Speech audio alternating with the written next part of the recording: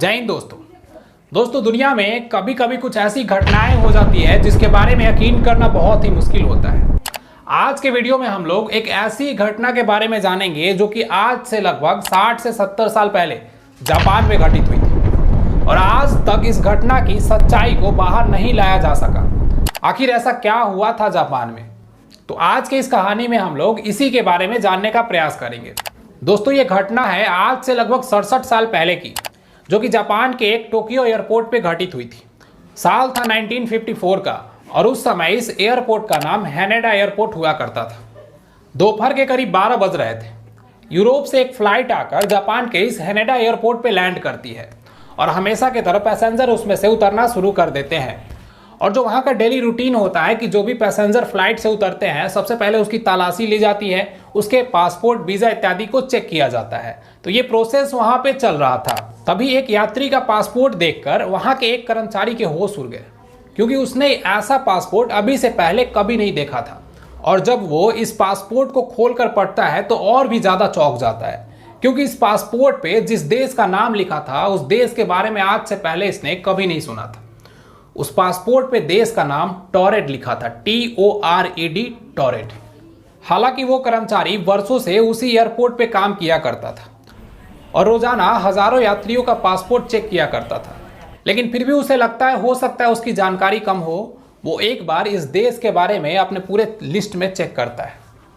नहीं पता चलने पे दुनिया के पूरे नक्शे में भी उस देश को चेक करता है, लेकिन फिर भी उसे इस टोरेड नाम के देश के बारे में कुछ पता नहीं चलता है। वह कर्मचारी बहुत परेशान हो जाता है और उस यात्री से पूछता है कि आप किस देश से आए हो। वो यात्री बोलता है कि मैं तो टोरेड देश से आया हूँ और ये मेरा पासपोर्ट है। ऐसे में उस एयरपोर्ट के कर्मचारी को समझ नहीं आ रहा था कि वो क्या करे। उसको कहीं ना कहीं ये डाउट होता है कि कहीं ये यात्री नकली पासपोर्ट पे तो नहीं आया है।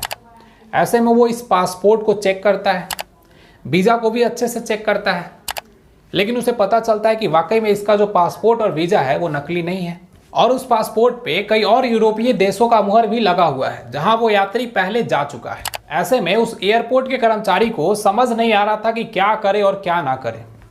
ऐसे में वो इसकी सूचना अपने सीनियर अधिकारियों को देता है और बोलता है कि टोरेड नाम के देश से एक यात्री आया हुआ है, लेकिन इस नाम का देश तो हमारी धरती पे कहीं है ही नहीं।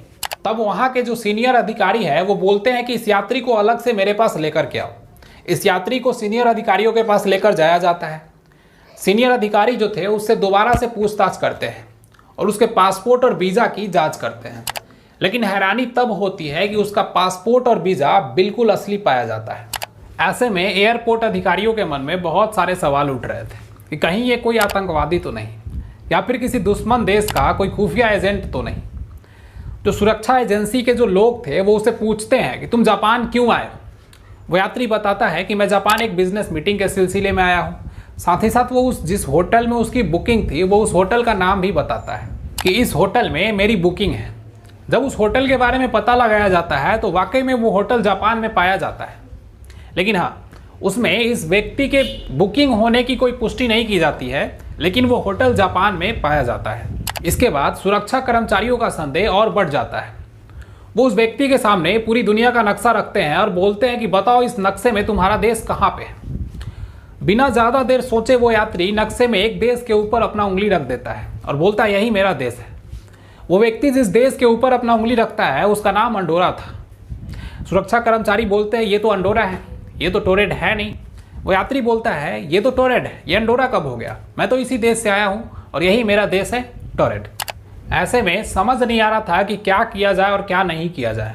जब तक इस बात की पुष्टि नहीं हो जाती कि ये व्यक्ति कौन है और कहाँ से आया है, वो इसे जापान में एंट्री नहीं दे सकते थे। ऐसे में तब तक के लिए उसे एयरपोर्ट अथॉरिटी के एक होटल रूम में ले जाया जाता है और बोला जाता है कि जब तक आपके बारे में पूरा वेरिफिकेशन नहीं हो जाता तब तक आप इस होटल से बाहर नहीं जा सकते हैं। होटल को बाहर से लॉक कर दिया जाता है और एक सुरक्षा कर्मी को वहाँ तैनात कर दिया जाता है। अगले दिन जब सुबह होता है तो सुरक्षा गार्ड गेट का दरवाज़ा खटखटाता है, तो वो देखता है कि गेट खुला हुआ है। जब वो अंदर पहुँचता है तो पता चलता है कि वो व्यक्ति अंदर से गायब है और उसके साथ साथ उसकी सारी सामानें भी गायब है। उसके साथ जो ब्रीफकेस था, उसके जो कपड़े थे, वो सब वहाँ से गायब थे। हैरानी तो तब होती है कि जब एयरपोर्ट अथॉरिटी के द्वारा उस व्यक्ति के कुछ कागजात जैसे डॉक्यूमेंट, पासपोर्ट, वीज़ा इत्यादि को जब्त करके एक लॉकर रूम में रख दिया गया था। जब वो जाकर लॉकर को चेक करते हैं तो पता चलता है कि उस व्यक्ति का कोई भी डॉक्यूमेंट उस लॉकर में था ही नहीं। ऐसे में सारे सुरक्षाकर्मी बहुत परेशान हो जाते हैं कि आखिर ऐसा हो कैसे सकता है। होटल से रहस्यमय तरीके से वो व्यक्ति खुद गायब, लॉकर रूम से उसके सारे कागजात गायब। ऐसे में कुछ समझ नहीं आ रहा था कि आखिरकार हुआ क्या उस व्यक्ति के साथ। ऐसे में हर कोई हैरान था। एक ऐसा शख्स जो जिस पासपोर्ट पे आया उस पे जिस देश का नाम लिखा था वो देश इस दुनिया में है ही नहीं। वो अपने साथ जो डॉक्यूमेंट को लेकर के आता है वो डॉक्यूमेंट लॉकर से खुद ब खुद गायब हो जाती है। यहाँ तक कि वो व्यक्ति भी होटल से रहस्यमय तरीके से गायब हो जाता है। तो ऐसे में ये हो क्या रहा था, इसके बारे में जापान में बहुत सारी कहानियाँ छपती है। इसके ऊपर बहुत सारे आर्टिकल लिखे जाते हैं, बहुत सारी किताबें भी लिखी जाती हैं। कुछ लोगों ने कहा कि ये व्यक्ति एक रहस्यमय शख्स था जो कि इस दुनिया का था ही नहीं, दूसरी दुनिया से आया था। कुछ लोगों ने अंदाज़ा लगाया कि ये टाइम मशीन का चक्कर है। वो टाइम ट्रैवल के चक्कर में यहाँ गलती से आ गया था और जब उसे लगा कि उसका पोल यहाँ खुल जाएगा तो वो खुद ब खुद यहाँ से गायब हो गया। ऐसे में बहुत सारी कहानियाँ चलती रहती है, जांच भी होती है इसके ऊपर, लेकिन कोई फ़ायदा नहीं। उस शख्स के बारे में कुछ पता नहीं चलता है। इसके ऊपर बहुत सारी किताबें लिखी गई, जिसमें से एक किताब बहुत ज़्यादा फेमस हुई थी जिसका नाम था डायरेक्टरी ऑफ पॉसिबिलिटीज़। यानी कि इस बुक में ये सारी संभावनाएं बताई गई थी कि ये व्यक्ति क्या क्या हो सकता है, कहाँ से आ सकता है, क्या दूसरे ग्रह से आया था, क्या टाइम मशीन का चक्कर था, इसकी असलियत क्या थी, इसके पास टॉरेट का ही पासपोर्ट क्यों था, आखिर वो पासपोर्ट बना कैसे। इन सारी पॉसिबिलिटीज़ के ऊपर इस बुक में बताया गया है।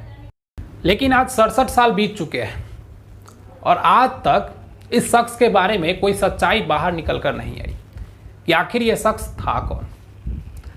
दोस्तों, आपको इस कहानी के बारे में क्या लगता है कि वाकई में ये कहानी एक रहस्यमय कहानी है या फिर कुछ लोगों के द्वारा फैलाया गया झूठा अफवाह है?